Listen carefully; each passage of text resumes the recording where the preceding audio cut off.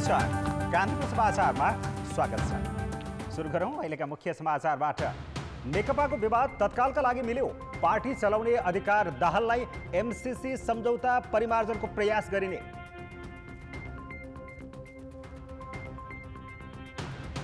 काठमाडौँ उपत्यकामा निषेधाज्ञाको असर देखिएन। एकै दिन थपिए झण्डै 700 संक्रमित। देशभर 1454 जनामा देखियो संक्रमण। लुम्बिनी गुरु योजना क्षेत्रभित्र विभिन्न देश र सङ्घ संस्थाद्वारा मन परिसंरचना निर्माण। नक्सा विपरीत भवन र पर्खाल धर्मशालाका नाममा होटल सञ्चालन। पुनर्बिमाका लागि विदेशी कम्पनीलाई प्राथमिकता दिँदा वार्षिक 7.5 अर्ब रुपियाँ विदेशिँदै नेपाली कम्पनीले 6 वर्षमा 21 अर्ब रुपियाँ मात्र विदेशिनबाट रोक्यो। र भारत चीन बीचको सीमा विवादमा रुसको मध्यस्थता। तनाव कम गर्ने विषयमा विदेश मन्त्री स्तरमा 5 बुँदे सहमति।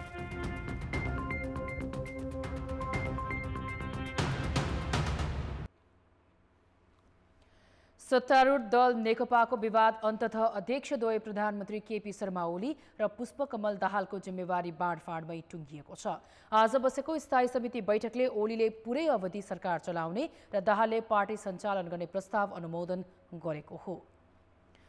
प्रधानमन्त्री निवास बालुवाटारमा बसेको बैठकले पार्टी विवाद समाधान कार्यदलले तयार पारेको प्रतिवेदनलाई नै सदर गर्दै अध्यक्षद्वयको जिम्मेवारी तोकेको हो। बैठकले पार्टी र सरकारको कारबाहीलाई प्रभावकारी बनाउने र पार्टीको निर्देशन अनुसार सरकार सञ्चालन गर्ने निर्णय समेत गरेको छ।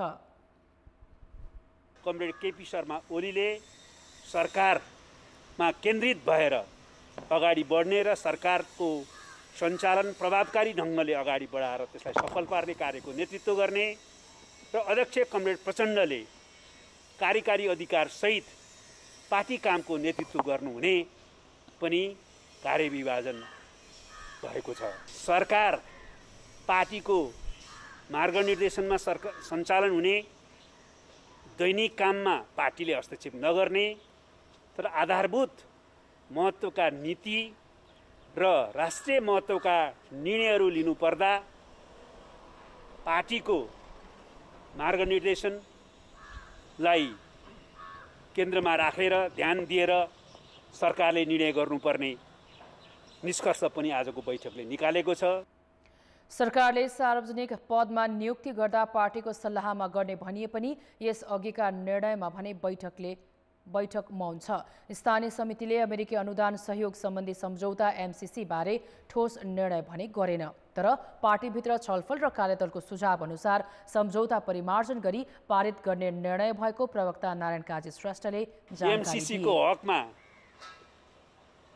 यसलाई आवश्यकता अनुसार संशोधन र परिमार्जन गरेर अनुमोदन गर्ने निर्णय निकालेको छ। तर के संशोधन र परिमार्जन गर्ने भन्ने बारेमा पार्टीले कमरेड झलनाथ खनालको नेतृत्वमा गठन गरेको कार्यदलको सुझाव प्रतिवेदनलाई समेत ध्यान दिई पार्टीको बैठकमा छलफल गरेर पार्टीले त्यस सम्बन्धमा छिट्टै निष्कर्ष निकाल्नेछ र त्यसै आधारमा यो प्रक्रिया अगाडि बढाइनेछ। बैठकले आगामी चैत 25 गतेदेखि 30 गतेसम्म काठमाडौँमा एकता महाधिवेशन गर्ने र त्यसका लागि कार्तिक 17देखि केन्द्रीय कमिटी बोलाउने निर्णय पनि गरेको छ। लिपुलेक र लिम्पियाधुरा सहित नेपाली भूमि समेटेर जारी गरेको नक्सा र त्यसबारे सरकारले लिएको अडानलाई धन्यवाद दिँदै नेकपाले समस्या समाधानका लागि भारतसँग पहल अघि बढाउन सुझाव दिएको छ। असार 10 गते सुरु भएको स्थायी समिति बैठकमा शक्ति सङ्घर्ष र प्रधानमन्त्रीले पद त्याग्नुपर्ने विषयले प्रवेश पाएपछि नेकपा फुटको संघारमा पुगेको थियो। तर महासचिव विष्णु पौडेलको संयोजकत्वमा 6 सदस्यीय विवाद समाधान कार्यदल बनाएपछि त्यसको सुझाव अनुसार आज बैठक बोलाएर एकै दिनमा समापन गरिएको हो। लामो रस्साकसी र अन्तर्विरोध बीच अन्ततः सत्ताधारी दल नेकपाले पदाधिकारी सहित केन्द्रीय नेताहरूको कार्यविभाजन र संगठन संरचनामा फेरबदल गर्ने भएको छ। यसैगरी पार्टी कमिटीका सबै तहमा 33% महिला सहभागिता सुनिश्चित गर्ने नीति पनि नेकपाले तय गरेको छ। तर आगामी चैतमा महाधिवेशन प्रस्ताव गरिएकोले कार्यविभाजन र संरचना हेरफेर नेताहरूको उचित व्यवस्थापनका लागि हो कि महाधिवेशन लक्षित हो यकिन भइसकेको छैन। नेकपामा पार्टी एकताकै बेलादेखि उठेको विषय हो एक व्यक्ति एक पदको मुद्दा। सीमित नेतालाई थेगी नसक्नु जिम्मेवारी र अवसर धेरै चाहिँ फुर्सदिला भएको भन्दै असन्तुष्ट समूहले यो मुद्दा चर्काएको थियो। प्रधानमन्त्री एवं पार्टी अध्यक्ष केपी शर्मा ओली र अर्का अध्यक्ष पुष्प कमल दाहाल बीचको शक्ति सङ्घर्ष पनि त्यसैसँग जोडिएको थियो। वरिष्ठ नेता माधव नेपाल पक्षले त अहिले पनि एक व्यक्ति एक पद तथा विधि र पद्धतिको वकालत गर्दै आएको छ। विवाद सल्टाउन बनेको 6 सदस्यीय कार्यदलको सुझाव समेटेर अध्यक्ष द्वयले तयार पारेको सहमतिको प्रस्तावमा पदाधिकारी सहित केन्द्रीय नेताहरूको कार्यविभाजन र संगठन संरचनामा केही फेरबदल गर्ने उल्लेख छ, जुन स्थायी समितिले पनि पारित गरेको छ। कार्यविभाजन पुनरावलोकन गरी आवश्यकता अनुसार भूमिका नपाएकालाई जिम्मेवारी दिने भनिएकाले एक व्यक्ति एक मुख्य जिम्मेवारीको मुद्दालाई केही हदसम्म सम्बोधन गर्ने देखिन्छ। किनभने अहिले नेकपामा केन्द्रदेखि प्रदेश र स्थानीय तहसम्म कसैले 13 सम्मको जिम्मेवारी पाएका छन्, कोही रित्दैछन्। माधव कमरेडले कुनै असन्तुष्टि प्रकट गर्नुभएको छैन। अध्यक्ष कमरेडहरूले प्रस्तुत गर्नुभएको प्रस्तावमाथि उहाँले सकारात्मक टिप्पणी गर्नुभएको छ र निष्कर्षले हाम्रो पार्टी एकताको रक्षा गर्दै नयाँ सम्भावनाको ढोका खोल्ने कुराका निम्ति उहाँले अध्यक्ष कमरेडहरूलाई र कार्यदललाई पनि धन्यवाद दिनुभएको छ। कानुनले नै सुनिश्चित गरेको 33% महिला सहभागितालाई पनि नेकपाले यसपालि जोड दिएको छ। अध्यक्ष द्वयको सहमतिको दस्तावेजमा र स्थायी समितिको सदस्यको राय अनुसार केन्द्रीय सचिवालयले प्रदेश तथा स्थानीय तहका अधिवेशनबाट निर्वाचित हुने पार्टी संरचना र अधिकतम संख्या निर्धारण गर्ने भनिएको छ। त्यस्तै केन्द्रीय समिति र विभागका बैठक विधान बमोजिम आयोजना गर्ने विषयलाई प्राथमिकतामा राखिएको छ। गुटबन्दी गर्नेलाई अनुशासनको कारबाही गर्न विशेष टोली बनाउने भनिएको छ। गुटबन्दी चाहिँ पार्टी विकासको निम्ति निकै राम्रो कुरा होइन। पार्टीमा विचार समूह, वैचारिक छलफल, बहसहरू हुन्छन्। त्यसलाई चाहिँ हामीले स्वच्छतापूर्वक अगाडि बढाउनुपर्छ। एउटा कुनै खास उद्देश्यको निम्ति षड्यन्त्र गर्ने र त्यो षड्यन्त्रको निम्ति चाहिँ मिल्ने मान्छेहरू जम्मा हुने र त्यसलाई चाहिँ एउटा गुटबन्दीको रूपमा लिएर जाने तरिकाले पार्टीको समग्र जीवनलाई नष्ट गर्छ। त्यसकारणले गुटबन्दीको अन्त गर्नुपर्छ भन्ने गरी छलफल भएको छ र हामी यो त्यो प्रक्रियामा जान्छौँ। पार्टी विधान अनुसार नचलेको भन्दै स्थायी र केन्द्रीय सदस्यले लिखित रूपमै बैठकमा गरेको र नेतृत्व नै गुटको घेरामा फसेर अनिडेको बन्दी बनेको पृष्ठभूमिमा अध्यक्ष द्वयको सहमतिमा तय गरिएको कार्ययोजना झट्ट हेर्दा सुधारमुखी देखिन्छन्। तर भागबण्डामा सहमति भएकाले पार्टीभित्रका समस्या उस्तै छन् भन्नेहरूको पंक्ति नेकपाभित्र अहिले पनि छ। त्यसमाथि चैतमा महाधिवेशन प्रस्ताव गरिएकाले जिम्मेवारी हेरफेरलाई आफ्नो शक्ति बढाउने होडबाजीको रूपमा उपयोग गर्ने सम्भावना पनि उत्तिकै छ। कान्तिपुर समाचारका लागि बाबुराम तिमिल सिन्हा, काठमाडौँ। भक्तपुरको मध्यपुर थिमी नगरपालिका 9 गाँखुमा एकै परिवारका 3 जना मृत फेला परेका छन्। वडा अध्यक्ष राम काजी चक्रधरका अनुसार 36 वर्षीय सुदेव अधिकारी, उनकी पत्नी 34 वर्षीय सम्झना र 15 वर्षीय छोरा सुशान्त अधिकारीको शव घरमै फेला परेको हो। एकै परिवारका 3 जनाको शव सहित सेतो कुकुर समेत मृत फेला परेको थियो। जनप्रतिनिधिको उपस्थितिमा प्रहरीले मुसुल्का उठाएको छ। प्रहरी घटनास्थल पुग्दा घरको दोस्रो तलामा सम्झना र कुकुरको शव रहेको, तेस्रो तलामा सुशान्त र चौथो तलामा सुदीपको शव भेटिएको थियो। शवबाट दुर्गन्ध आउन थालेकाले घटना कहिले भयो र कसरी भयो भन्ने अनुसन्धानपछि मात्र भन्न सकिने प्रहरीले जनाएको छ। यो विषयमा हामीलाई थप जानकारी दिन यति बेला हाम्रो टेलिफोन सम्पर्कमा महानगरीय प्रहरी परिसर भक्तपुरका प्रमुख तारादेवी थापा हुनुहुन्छ। तारादेवीजी, यहाँलाई कान्तिपुर समाचारमा स्वागत छ। हजुर, धन्यवाद। हामीलाई यो घटनाको बारेमा अझ थप जानकारी दिनुहोस् न।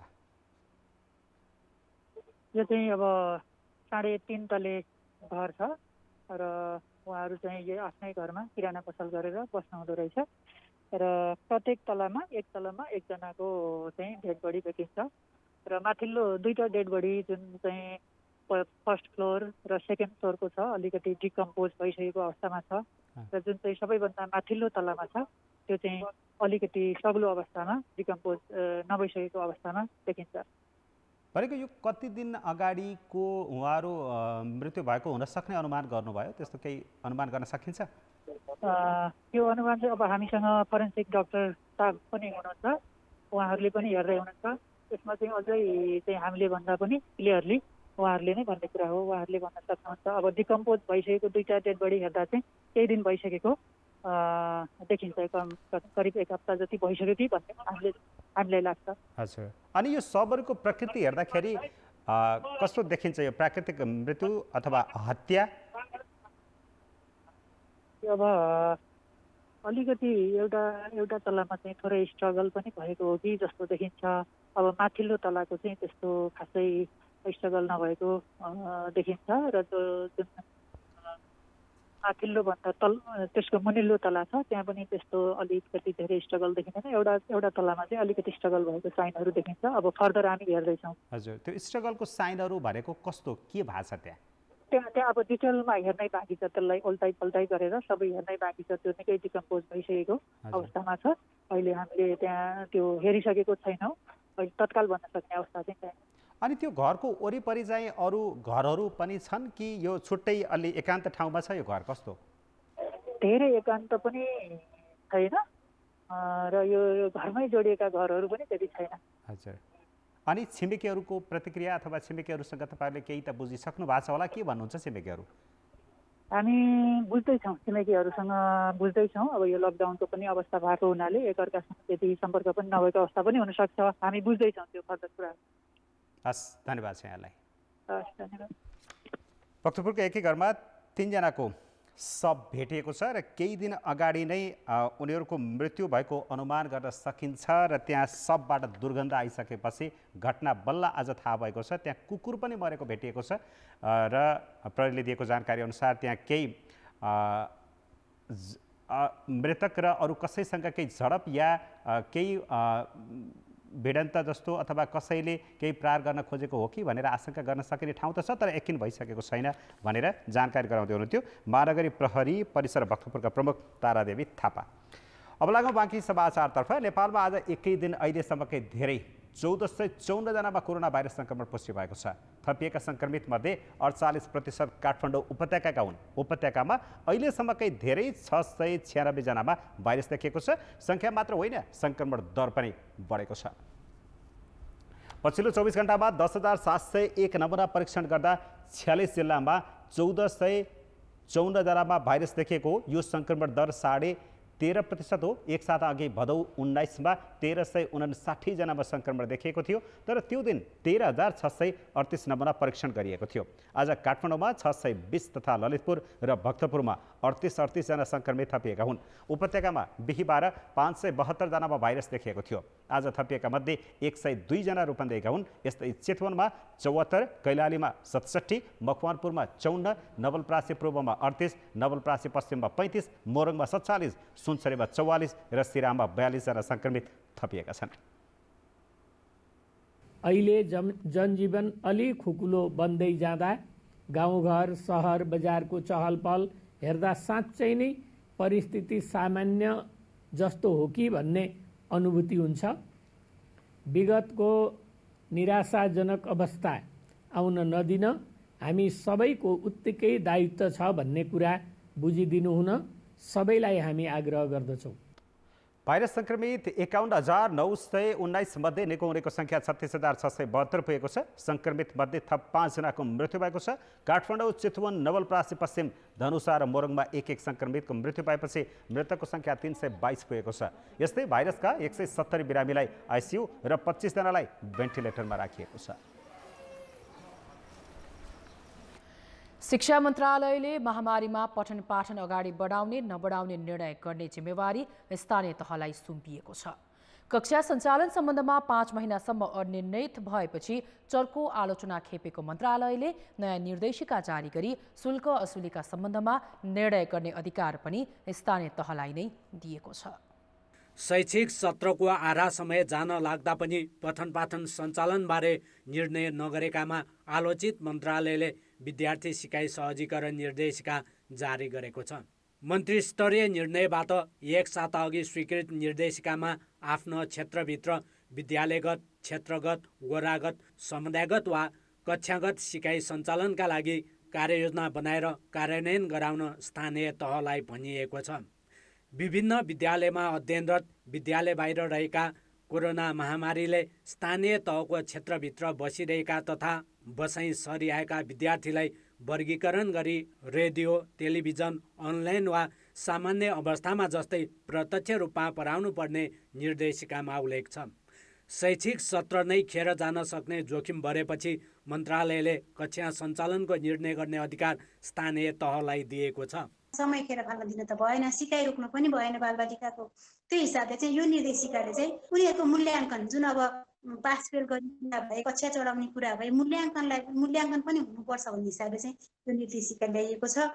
स्कुलले कार्ययोजना बनाउने, स्थानीय तहले स्वीकृत गर्ने, त्यसमा चाहिँ शिक्षकहरूलाई सहजीकरण गर्ने, विद्यालयलाई र शिक्षकहरूलाई सहजीकरण चाहिँ स्थानीय तहले गर्ने गरेर यो निर्देशिका जारी भएको छ। त्यसो त संविधानले नै 12 कक्षासम्मको शिक्षाको अधिकार स्थानीय तहलाई दिएको छ। तर मन्त्रालयले सङ्घीय शिक्षाहीन नबनेको कारण देखाएर स्थानीय तहलाई एकपछि अर्को निर्देशन दिई अधिकार प्रयोग गर्न दिएको थिएन। केन्द्रकै निर्णयका कारण कोरोना भाइरसको सङ्क्रमण नरहेको क्षेत्रमा समेत पढाइ रोकिएको छ। अब भन्ने केन्द्रलाई देखाएर जिम्मेवारीबाट पन्छिँदै आएका स्थानीय तहलाई निर्णय गर्ने बाटो खुलेको छ। उहाँ विद्यार्थीहरूको लागि भविष्यमा एकदमै ठुलो आघात पुर्याउनु भएको थियो। यो एकदमै प्रकाष्ठ पनि थियो। त्यसैले आज जुन गाइडलाइन आएको छ, अब हामी सक्दैनौँ है भनेर कायर भएर स्थानीय तहलाई दिनुभएको छ। तर हामी स्थानीय तह डराउँदैनौँ, हामी सञ्चालन गर्छौँ। हामी थोरै विद्यार्थीहरू जो हाम्रा भाइ बहिनीहरूलाई चाहिँ कसरी गर्ने, ग्रुपमा पढाउने कि बिहान दिउँसो बेलुका सेसन छुट्टै छुट्टै गरेर एउटा बस्ती, हाम्रो पहाडी हिमाली जिल्लामा बस्ती फरक फरक टाढा टाढा पनि छ, गाउँ बस्ती फरक फरक पनि छ।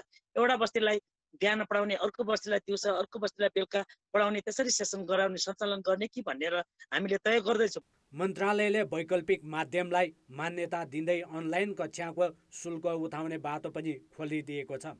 विद्यार्थी र विद्यालयलाई शैक्षिक प्रयोजनका लागि निःशुल्क इन्टरनेट उपलब्ध गराउन पहल गरिदिने मन्त्रालयले भनेको छ। शैक्षिक सत्र सकिन अब 7 महिना मात्र बाँकी रहेकाले पाठ्यवस्तु भने समायोजन गरिनेछ। पाठ्यक्रम विकास केन्द्रले विज्ञसँग छलफल गरी 30% पाठ्यभार घटाउने तयारी गरिरहेको छ। कान्तिपुर समाचारका लागि क्यामेरामा विकास जोशीका साथ नारायण किलम्बु, काठमाडौँ। अब बाँकी समाचार। काठमाडौँ उपत्यकामा महामारीको जोखिम कम भएर निषेधाज्ञा खुकुलो पारिएको होइन। निषेधाज्ञा खुकुलो पारेको भोलिपल्ट आज अहिलेसम्मकै धेरै सङ्क्रमित थपिएका छन्, जसले सावधानी झनै बढाउनु पर्ने देखाएको छ। तर बजार तथा सार्वजनिक यातायातमा भने स्वास्थ्य सुरक्षा चुनौती थपिएको छ। सरकारले नागरिक स्वयंलाई स्वास्थ्य सुरक्षा सावधानी अपनाउने जिम्मेवारी दिँदै निषेधाज्ञालाई धेरै ठाउँमा शर्तसहित हटाएको छ। तर बजार र यातायात खुलेसँगै सावधानी अपनाउने भन्दा बढी मानिसहरू हतारमा देखिन्छन्। खास गरी हिँड्ने, गाडी चढ्ने तथा मानिसहरू जम्मा हुने ठाउँमा सुरक्षा सावधानी तथा भौतिक दूरी कायम गरेको देखिँदैन। बिना काममा हिँड्नेहरू अबुझ हुन्छन्। अब के भन्नु, उहाँहरू पढे लेखेको मान्छे पनि त्यसै न मास्क लाउँछन् न केही लगाउँछन्, त्यसै नारिँदै एकदम ढेसिँदै हिँडेका हुन्छन्। अलिकति बचेर हिँडौँ भन्दैनन्। यो रत्न पार्कदेखि भक्तपुर जाँदै गरेको बस हो। पुल सिट सङ्ख्याको आधाभन्दा नबढ्ने गरी यात्रु राख्न पाइने भनिए पनि यहाँ न त भौतिक दूरी कायम भएको छ, न त सामान्य सावधानीका उपाय नै अपनाइएको छ। अब गएर हेर्न मिल्दैन। अब गाडी चलाएको हुन्छौँ, भाइलाई हेर न भनौँ, अब घरिघरि चाहिँ गएर हेरिदिन्छन्। अब मास्क पनि लगाइदिँदैन मान्छेले। काठमाडौँ उपत्यकामा 3 सातादेखि जारी निषेधाज्ञा खुकुलो पार्दै व्यापार व्यवसाय खोल्न र निजी तथा सार्वजनिक सवारी साधन जोर बिजोर प्रणालीमा सञ्चालन गर्न दिने निर्णय गरेपछि सहरमा भिडभाड बढेको हो। तर त्यसअनुसारको सतर्कता भने देखिँदैन। काम परेर बाहिर निस्कनेले मात्र होइन, बजार खुलेपछि चोकचोकमा अनावश्यक भिडभाड बढेको छ। नयाँ सरकारी मापदण्ड अनुसार व्यापारको प्रकृति अनुसार दिन बिराएर खोल्न पाइन्छ। तर खोलिएका पसलमा कहीँ ग्राहकले लापरवाही गरेका छन् त कहीँ व्यापारी स्वयंले आफ्नो स्वास्थ्यप्रति गम्भीर देखिएका छैनन्। अब यहाँ हामीले त्यो राखेको छ, धुनलाया हातहरू होइन, सेनिटाइजर दिन्छौँ, मास्क लगाएर मात्र देखाउँछौँ होइन। त्योभन्दा त अब यो रोकेर रोक्ने पनि रोग होइन। कोरोना भाइरसको उपचार वा खोप नबनिसकेका कारण यससँग सतर्क हुँदै दैनिक जीवन पनि चलाउनै पर्ने बाध्यता छ। यसमा तपाईँ हाम्रो स्वास्थ्य हाम्रै हातमा छ। तसर्थ बजार तथा यातायात खुले पनि सावधानी अपनाउनु र अत्यावश्यक काम नपरी बाहिर ननिस्कनु नै उत्तम उपाय हो। कान्तिपुर समाचारका लागि क्यामेरामा विनोद पोजुका साथ अञ्जना लामिछाने, काठमाडौँ। तीनवटै सुरक्षा निकायका आफ्नै अस्पताल छन्। मातहतका सुरक्षाकर्मी र तिनका आफन्तका लागि लक्षित गरेर बनाइएका ती अस्पतालमध्ये केहीलाई कोरोना विशेष बनाइएको छ भने कतै नियमित उपचार भइरहेको छ। तर तीनवटै सुरक्षा निकायमा 4000 भन्दा धेरै कोरोना संक्रमित देखिएपछि उनीहरूको उपचार कहाँ र कसरी गराउने भन्ने समस्या देखिएको छ। नेपाल प्रहरीमा सबैभन्दा जोखिम देखिएको छ। 2500 संक्रमित मध्ये अहिले पनि 1428 उपचारकै प्रक्रियामा छन्। काठमाडौँमा मात्रै 761 जना प्रहरी उपचारमा छन्। कन्ट्र्याक्ट ट्रेसिङ र लक्षण देखिएका आधारमा आइसोलेसनमा राखेर उनीहरूको उपचार गराइएको छ। खास गरी दैनिक शान्ति सुरक्षामा बढी खटिने प्रहरीभित्र हरेक दिन संक्रमित बढ्न थालेपछि उपचारसँगै सुरक्षामा समेत चुनौती हुने सङ्केत देखिएको छ।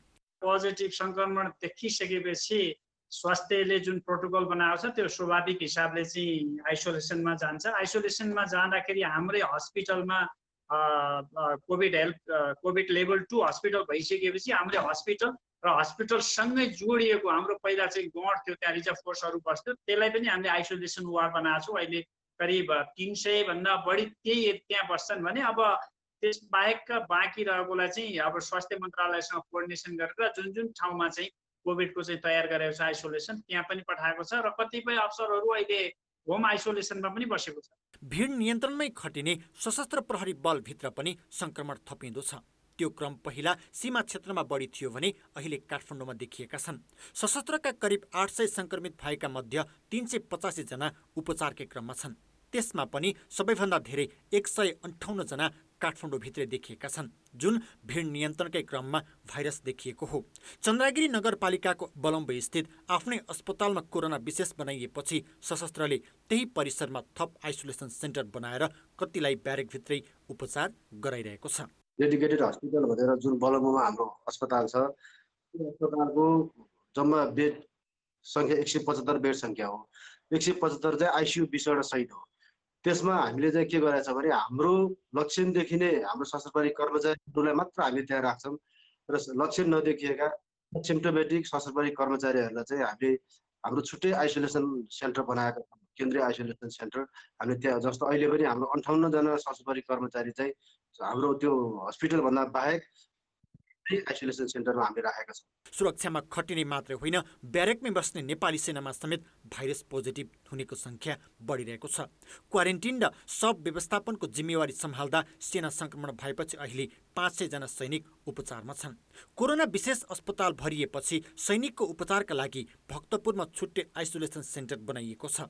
एकातिर ब्यारेक र समूहमा बस्नुपर्ने सुरक्षा निकायमा बढ्दो जोखिम र अर्कोतिर उनीहरूका आफ्ना अस्पताल सर्वसाधारणको उपचारमा प्रयोग भएपछि सुरक्षाकर्मीलाई सतर्कता र उपचारमा थप अप्ठ्यारो देखिएको छ। त्यसको असर शान्ति सुरक्षामा पनि पर्न सक्छ। कान्तिपुर समाचारका लागि भक्तपुरबाट सुन्दर शिल्पकार र रमेश धमला, काठमाडौँ। विश्व नै यति बेला कोरोना महामारीसँग जुधिरहेको छ। नेपालमा पनि संक्रमितको संख्या 50,000 नाघिसकेको छ। राज्यका सबैजसो संयन्त्र नियन्त्रणमा लागेको भने पनि नतिजा त्यस अनुसार देखिएको छैन। यस्तो बेला सरकारलाई जवाफदेही बनाउनुपर्ने जनप्रतिनिधिमूलक संस्था संसद भने कहिले सुचारू हुन्छ निश्चित छैन। नागरिकको जनजीवन कष्टकर बनिरहेको छ। लाखौंले रोजगारी गुमाएका छन्। काम र मामको अभावमा विपन्न र श्रमिक वर्गले दाताका भरमा सडकमा छाक टारिरहेका छन्। बिरामीले उपचार नै नपाएर मर्नु परेका खबरहरू आइरहेका छन्। तर जनप्रतिनिधिमूलक संस्था संघीय संसददेखि प्रदेश सभा भने यही बेला बन्द छन्। सबै क्षेत्रलाई अब कोरोनासँगै जनजीवन चलाउनु पर्ने विकल्प छैन भन्ने सरकारले संसद बोलाउन चासै दिएको छैन। अनियमितता गर्यो भनेर खुल्ला रूपमा बाहिर आइरहेछ। यो सबै कुरा चाहिँ यो प्रतिनिधि सभा, संसद, राष्ट्रिय सभामा जनताको प्रतिनिधित्व गर्ने थलोमा उठ्छ, जवाब दिनुपर्छ भनेर योबाट बच्न चाहिँ सरकार चाहिँ भागिरहेछ। संसदको अधिवेशन बोलाउने तर्फ चाहिँ ध्यान दिन्छ। सरकार एकाङ्की ढङ्गले हिँडेको छ। सरकार आफ्नो जिम्मेवारीबाट पन्छिएको छ। सरकार कोरोनाको नियन्त्रण र न्यूनीकरणमा लागिएको छैन। त्यसैले पनि यो संसदको अधिवेशन तुरुन्त बोलाउनुपर्छ। त्यसो त 2 दर्जन भन्दा बढी कानुन र कतिपय सन्धि सम्झौता संसदमा अलपत्र परेकाले तिनलाई अघि बढाउँदा सरकारलाई नै सजिलो पनि हुन्छ। त्यसैले सत्तापक्षकै सांसदले पनि संसद अधिवेशन बोलाउन माग गरेका छन्। कहिलेकाहीँ कार्यकारी ठाउँबाट सीमित घेराभित्र बसेर मात्रै कार्यान्वयन गर्न खोज्दाखेरि, राम्रै गर्न खोज्दा पनि राम्रो परिणाम आउन सक्दैन। त्यसो भएको कारणले अलि यसको चाहिँ अलि ठुलो स्केलमा जनताको बीचबाट आएका गुनासोहरूलाई छलफल गर्नको लागि जनप्रतिनिधि थलोलाई अब छलफलको दायरामा लिएर आउनको लागि अब संसद पनि बिस्तारै खोलेर छलफल गर्ने वातावरण बनाउनु पर्छ भन्ने लाग्छ। नेकपा भित्र विवाद चुलिएपछि गत असार 18 गते सरकारले हठात संसद अधिवेशन अन्त्य गरेको थियो। त्यसैको सिको गर्दै 7वटै प्रदेशसभा पनि बन्द भए। बहाना कोरोनालाई बनाइएको छ, तर अब सबै क्षेत्र चलायमान बन्दै गएपछि जनताका समस्यामा छलफल गर्ने थलो बन्द गरिरहनुको औचित्य देखिँदैन। कान्तिपुर समाचारका लागि डिपी उपाध्याय, काठमाडौँ। मुलुकै पर्यटकीय गन्तव्य बुद्ध जन्मस्थल लुम्बिनीमा रहेको बिहार मन्दिर, गुम्बा र चैत्य सञ्चालनमै बेथिति देखिएको छ। नियमनकारी निकाय लुम्बिनी विकास कोषले प्रभावकारी नियमन नगर्दा बेथिति निम्तिएको एक अध्ययनले औल्याएको छ। लुम्बिनी गुरु योजना क्षेत्रभित्र निर्माण भएका बिहारको अवस्था बुझ्न कोषले नै गठन गरेको बिहार क्षेत्र अध्ययन उपसमितिले स्थलगत अवलोकन र कागजात केलाएर तयार गरेको प्रतिवेदनले सक्दो छिटो बिहार लगायतका संरचनाको नियमन गर्न सुझाव दिएको छ। लुम्बिनीमा विश्वका बौद्ध धर्म र संस्कृति मान्ने विभिन्न मुलुक र संस्थालाई आफ्नो कला, संस्कृति र परम्परा झल्किने गरी बिहार गुम्बा निर्माण गर्न 40वटा प्लट वितरण गरिएको छ। सामान्यतया एउटा देश र संस्थालाई एउटा मात्र प्लट दिनुपर्नेमा पहुँच र स्वार्थमा 2-3 वटासम्म वितरण गरेर बेथिति बढाइएको छ। ती प्लटको न्यूनतम वार्षिक भूशुल्क तिर्नुपर्छ। गएको वर्ष कसैले भूशुल्क तिरेका छैनन्। प्रतिवेदनमा $21,673 असुल गर्न बाँकी रहेकाले तत्काल उठाउनु पर्ने उल्लेख छ।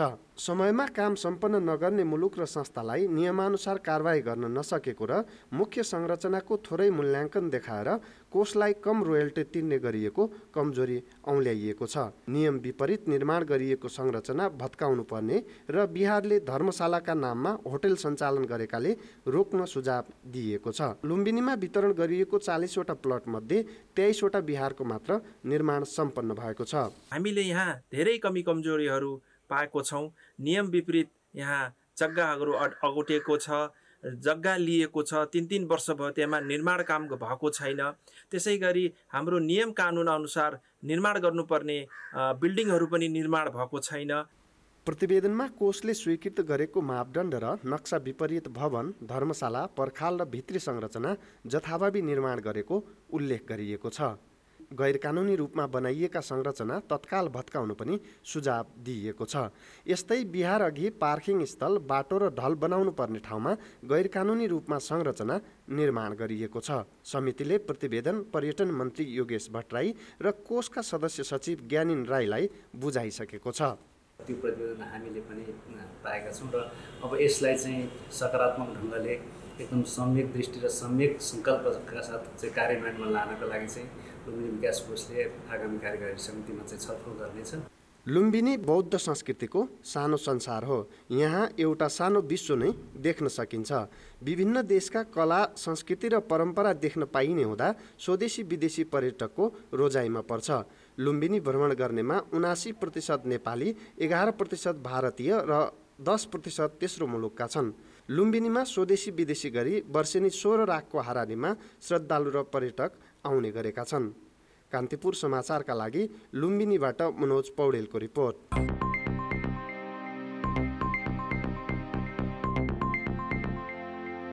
पुनर्बिमा बापत विदेशमा जाने रकम रोक्न सरकारले 6 वर्ष पहिले नेपाल पुनर्बिमा कम्पनी स्थापना गरेको थियो। यो कम्पनीले स्थापना यता 21 अर्ब रुपैयाँ विदेशीबाट रोकेको छ। तर कमिसनका कारण नेपाली बिमा कम्पनीले पुनर्बिमाका लागि अझै पनि विदेशी कम्पनीलाई नै प्राथमिकतामा राखिरहेका छन्। वर्षमा झण्डै 7.5 अर्ब रुपैयाँ पुनर्बिमा बापत बाहिरिन्छ। नेपालबाट वस्तु आयात, शिक्षा र भ्रमणका लागि मात्र रकम विदेशिँदैन, पुनर्बिमा बापत पनि बाहिरिन्छ।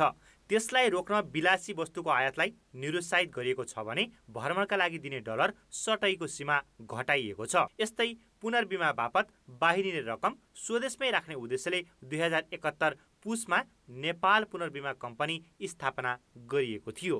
स्थापना यताको 6 वर्षमा कम्पनीले बिमा कम्पनीबाट 21 अर्ब रुपियाँ सङ्कलन गरेको छ।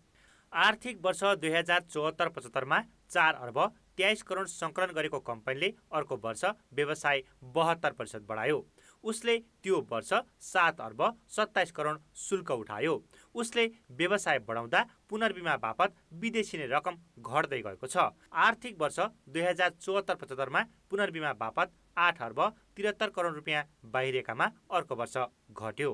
नेपाल पुनर्बिमा कम्पनी अत्यन्तै सङ्कटपूर्ण अवस्थाबाट स्थापित हुँदै आएको, पुल हुँदै आएर पुनर्बिमा कम्पनी बनाउनै पर्ने, राज्यले बनाउनु पर्ने भएर बनेको हो। यसरी बनेर आउँदाखेरि स्थापना भएर आजसम्म आउँदाको अवस्थामा चाहिँ स्वदेशबाट विदेशमा जाने जो पुँजी बहिर्गमनको प्रश्न छ, त्यो पुँजी बहिर्गमन प्रश्नलाई चाहिँ स्वदेशमै होल्ड गर्नुपर्छ, राख्नुपर्छ, रोक्नुपर्छ भन्ने उद्देश्यले बनेको हो। यसो गर्दाखेरि नेपालमा अहिलेसम्म भएका 39वटा कम्पनीहरूको चाहिँ हामीले विदेशमा जाने जो पैसा विदेश जान्थ्यो त्यो चाहिँ अहिलेसम्म हिसाब गर्दाखेरि हाम्रो 21 अर्बभन्दा बढी पैसा चाहिँ विदेश जानबाट चाहिँ रोकिएको छ। बिमा कम्पनीले कम्तीमा 20% पुनर्बिमा स्वदेशी कम्पनीमै गर्नुपर्ने कानुनी व्यवस्था छ। सरकारी स्वामित्वको राष्ट्रिय बिमा संस्थानका अलावा सूर्य, गुराँस, रिलायन्स, सानिमा र आइएमए इन्सुरेन्सले 100% पुनर्बिमा यही गराउन थालेका छन्। अहिले 39वटा बिमा कम्पनी रहेकामा कतिपयले भने कमिसनका कारण विदेशी कम्पनीलाई नै पहिलो रोजाइमा राखिरहेका छन्। आर्थिक वर्ष 2075-76 पुनर्बिमा कम्पनीले सङ्कलन गरे भन्दा बढी अर्थात् 7 अर्ब 29 करोड रुपियाँ बाहिरिनुले यसलाई पुष्टि गर्छ। जबकि सरकारको 44% लगानी रहेको पुनर्बिमा कम्पनीको 39% सेयर हिस्सा बिमा कम्पनीकै हो। अब यतिले मात्रै पुग्दैन, अब किनभने बजार चाहिँ एकदम प्रतिस्पर्धात्मक छ र नेपालमा भएका यति 40वटा बिमा कम्पनीहरूले रिइन्सुरेन्स बापत चाहिँ अब अरबौं रुपियाँ चाहिँ बाहिर विदेशी कम्पनीहरूले प्रिमियमको रूपमा बुझाइरहेका छन्। अब त्यो रकमलाई चाहिँ कम्तीमा धान्न सक्ने, यहाँ रोक्न सक्ने किसिमले चाहिँ अब यो रिइन्सुरेन्स कम्पनीहरू जानुपर्ने हुन्छ। अब यसलाई अब अहिले 14बाट चाहिँ 20 भनेपछि लगभग 6-7 वर्षको पिरियड त यसको पनि भइसक्यो। त्यो पुँजी त अलिकति बढाएको छ। यति पुँजी यो अपुग पुँजी छ सर, यति पुँजी पुग्दैन। छिमेकी देश भारतमा 50% पुनर्बिमा स्वदेशी कम्पनीमै गराउनु पर्ने व्यवस्था छ। बढी कमिसनका लागि विदेशी कम्पनी रोज्ने प्रवृत्ति रोक्न यहाँ पनि त्यस्तो व्यवस्था गर्नुपर्छ। साथै पुनर्बिमा कम्पनीले पनि आकर्षक प्याकेज ल्याउन ढिलाइ गर्नु हुँदैन। पुनर्बिमाका नाममा रकम बाहिरिन रोकिने मात्र होइन, विदेशमा उसको व्यवसाय वार्षिक 60 करोडबाट बन्नेछ। कान्तिपुर समाचारका लागि क्यामेरामा हरिश शरण तिमल सिन्हाका साथ सुदिल पोखरेल, काठमाडौँ। यातायात व्यवसायीले छोटो र लामो दूरीमा चल्ने भाडाका सबै सवारी साधन असोज 1 देखि सञ्चालनको वातावरण मिलाउन सरकारसँग आग्रह गरेका छन्। व्यवसायीले आज भौतिक पूर्वाधार तथा यातायात मन्त्री बसन्त नेङमाङलाई भेटेर सवारी साधन सञ्चालनको वातावरण बनाइदिन आग्रह गरेका हुन्। श्रमिक प्रतिनिधिका साथ पुगेका व्यवसायीले 6 महिनादेखि गाडी चलाउन नपाउँदा ऋणको किस्ता तिर्नदेखि जीविका चलाउनै नसक्ने स्थिति आएकाले स्वास्थ्य सावधानी अपनाएर सञ्चालन गर्न दिनुपर्ने बताएका थिए। मन्त्री नेङमाङले यस विषयमा सीसीएमसीमा प्रस्ताव लैजाने आश्वासन दिएका छन्। चैत 11 देखि लामो दूरीका बस चलेका छैनन्। सार्वजनिक यातायातको क्षेत्रमा करिब 11 लाख श्रमिक आबद्ध रहेको र तिनको जीविका पनि सङ्कटमा परेको व्यवसायीको भनाइ छ। अब अन्तर्राष्ट्रिय समाचार।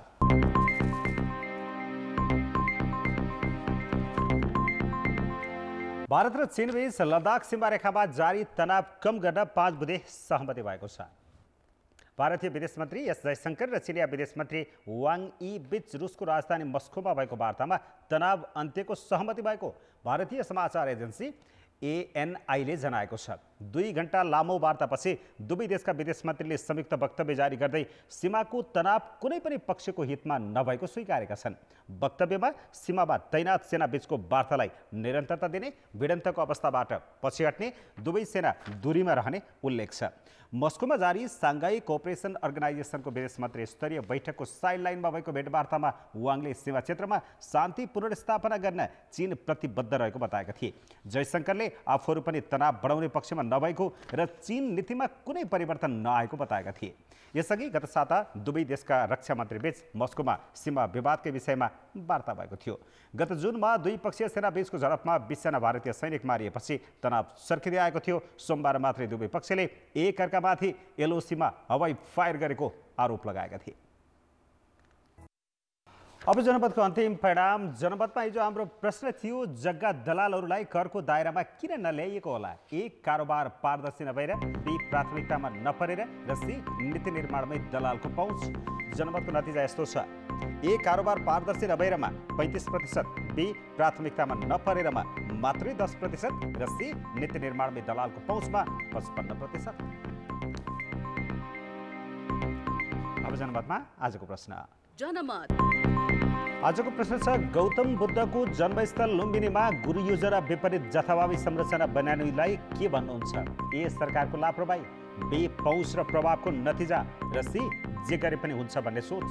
जनमतको अन्तिम परिणाम भोलि बेलुकी 8 बजेको कान्तिपुर समाचारमा प्रसारण गर्नेछौँ। कृपया न्युज स्पेस ए, बी वा सी टाइप गरी 34001 मा SMS गरी आफ्नो मत व्यक्त गर्नुहोला। ट्राफिक नियम पालना गर्नु सडक प्रयोगकर्ताको कर्तव्य हो, तर जाने बुझेकै प्रयोगकर्ताले नियम उल्लङ्घन गरिरहेका छन्। खास गरी मोटरसाइकल र कार चालकले नियम उल्लङ्घन गर्दा त्यसको असर पैदल यात्रुमा परिरहेको छ।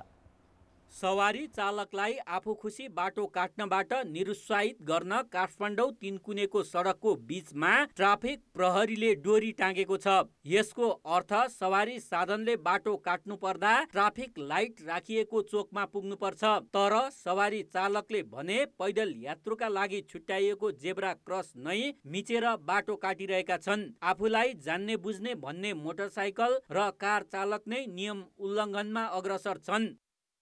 कतिपय मान्छेले यतैबाट देखिरहेछ, अहिले पनि यस्तो बाइकहरू त्यहाँ जेब्रा क्रसबाट यस्तो डोरी बानिरहेछ होइन, त्यतैबाट छिरिरहेछ क्या। अघि नै ट्याक्सीहरू पनि छिरिरहेको थियो, कारहरू पनि छिरिरहेको थियो, त्यहाँबाट हामी यहाँबाट देखिरहेछौँ। मलाई चाहिँ त्यो थाहा भइ जस्तो लाग्छ। त्यो जेब्रा क्रस भएपछि त त्यो ड्राइभिङ सिक्न आएपछि त होइन थाहा हुन्छ नि त, जेब्रा क्रसबाट क्रसिङ गर्नु हुँदैन भनेर होइन, त्यस्तै लाग्छ। ट्राफिक नियम उल्लङ्घन भएको तिनकुनेमा मात्र होइन, उपत्यकाका अधिकांश स्थानको दृश्य उही छ। सवारी साधनले तोकिए बाहेकका स्थानबाट पनि बाटो काट्ने गरेका छन्। त्यति मात्र होइन, अहिले ट्राफिक लाइटको समेत उल्लङ्घन बढेको छ। उपत्यकाका 19 स्थानमा ट्राफिक लाइट प्रयोगमा छन्। नियम पालनाका लागि चोक चोकमा सूचनामूलक बोर्ड राख्नुका साथै 1 वर्षमा 3 लाख भन्दा बढीलाई चेतनामूलक शिक्षा दिएको ट्राफिक प्रहरीको भनाइ छ। चालकहरूलाई नियम थाहा नभएको होइन, तर बल मिच्याइ गर्ने प्रवृत्ति देखिन्छ। झट्ट हेर्दा उहाँहरू सचेत हुनुहुन्छ, तर पनि नियम उल्लङ्घन गरिराखेको देखिन्छ र त्यसलाई चाहिँ उहाँहरू आफैले बुझ्नुपर्ने हो कि म सचेत छु, मैले बुझ्नुपर्छ भन्ने कुरा बुझ्नुपर्ने हो। र अर्को के भने कानुनको अज्ञानता क्षम्य हुन्न कि अब ट्राफिक नियम सबैले जाने आउनुपर्छ। भेहिकल किनिसकेपछि भेहिकलसँग रिलेटेड ऐन कानुन त उसले जाने आउनुपर्छ। कानुन जान्दिनँ भनेर क्षम्य हुँदैन। त्यसैले आम नागरिकले ट्राफिकका कुरालाई चाहिँ संवेदनशील भएर यसलाई चाहिँ बुझ्नुपर्छ, त्यसलाई पालन गर्नुपर्छ। नियम उल्लङ्घन हुन नदिन उपत्यकामा 1000 भन्दा बढी ट्राफिक प्रहरी खटिन्छन्। उनीहरूले नियम उल्लङ्घन गर्नेलाई जरिमाना पनि तिराउँछन्, तर त्यो संख्या हरेक स्थानमा निगरानी गर्न पर्याप्त छैन।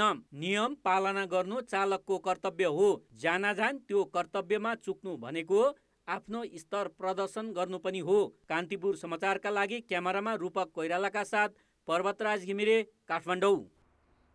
अब जनताको आवाज हामीले भारतको वेस्ट बङ्गाल र सिक्किम हुँदै चीनसम्म जोडिएका 5 थर र ताप्लेजुङ जिल्ला स्थित सीमावर्ती क्षेत्रका नागरिकलाई सोधेका छौँ। सीमावर्ती क्षेत्रका मुख्य समस्या के हुन् र भर्खरै ती क्षेत्रमा स्थापना भएका बोर्डर आउटपोस्ट BOP-सँग स्थानीयका अपेक्षा कस्तो छ? जनताको आवाज। राज्यको पहुँच नपुगेको अवस्था थियो। अहिले आएर नेपाल सरकारको पनि यहाँ उपस्थिति जन्मियो र अब धेरै कुरामा जस्तै चोरी निकासीका कुराहरू भए, जडीबुटी, वन्यजन्तु शिकारका कुराहरू भए, यो संरक्षण हुन्छ भन्ने आशा गरेको छु। हत्या हिंसा हुन्थ्यो, अहिले अब त्यस्तो नहोस् भन्ने अपेक्षा राखेको छु। जडीबुटीहरू हाम्रो नेपालको वन्य सम्पदाहरूको चाहिँ सुरक्षा हुन्छ भन्ने हामीले आशा राखेको छौँ। BOP सुरक्षा आयो भने हाम्रो नेपालको भूभागहरू तलमाथि हुँदैन कि भन्ने हाम्रो आशा पनि छ। सीमा क्षेत्रमा हुने घटनाहरू हरेक कुरालाई BOP क्याम्पले धेरै सहयोग पुर्याउँछ भन्ने अपेक्षा छ। विशेष गरी सीमा सुरक्षा चाहिँ राम्ररी हुनेछ भन्ने चाहिँ मैले अपेक्षा राखेको छु। यता इन्डिया जाने मान्छेलाई पनि धेरै सुरक्षित हुन्छ होला। रेड पान्डा, डाफे मुनाल जस्ता हाम्रा सम्पत्तिहरू छन्। यो सम्पत्तिको जगेर्ना यो एपिएफको टोलीले गर्नेछ। खुल्ला नाका भएको कारणले गर्दा उताको सामानहरू धेरै नेपाल छिर्ने, नेपालको पनि केही महत्त्वपूर्ण सामानहरू उता इन्डियातिर जाने हुँदा चाहिँ यो जुन यो नाका यो बिओपी स्थापना भएको छ यसले चाहिँ त्यो चाहिँ पुरै निषेधै हुन्छ जस्तो मलाई लाग्छ। आम समुदायलाई यहाँ एकदमै सुरक्षित महसुस भएको अब चाहिँ पूर्ण चाहिँ आम समुदायलाई त्यो चाहिँ महसुस गर्नेछ। सीमा चाहिँ सुरक्षा चाहिँ हुन्छ भन्ने यहाँका स्थानीय जनताहरूले अपेक्षा गरेका छन्।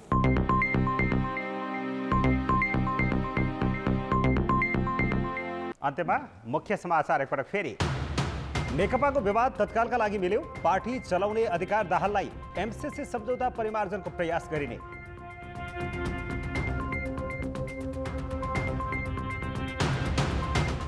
काठमाडौँ उपत्यकामा निषेधाज्ञाको असर देखिएन, एकै दिन थपिए झण्डै 700 संक्रमित, देशभर 1454 जनामा देखियो संक्रमण।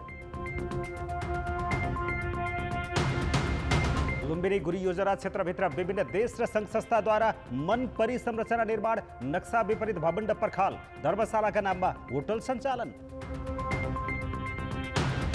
पुनर्बिमाका लागि विदेशी कम्पनीलाई प्राथमिकता दिँदा वार्षिक 7.5 अर्ब रुपियाँ विदेशिँदै नेपाली कम्पनीले 6 वर्षमा 21 अर्ब रुपियाँ मात्र विदेशिनबाट रोक्यो।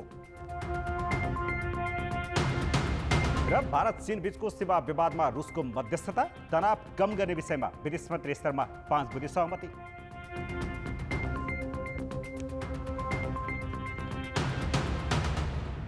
कान्तिपुर समाचार अहिलेलाई सकियो। अब हाम्रो अर्को समाचार बुलेटिन राति 10:30 बजे अङ्ग्रेजीमा र 11 बजे नेपालीमा आउँदैछ। कान्तिपुर टेलिभिजन हेर्दै गर्नुहोला। नमस्ते।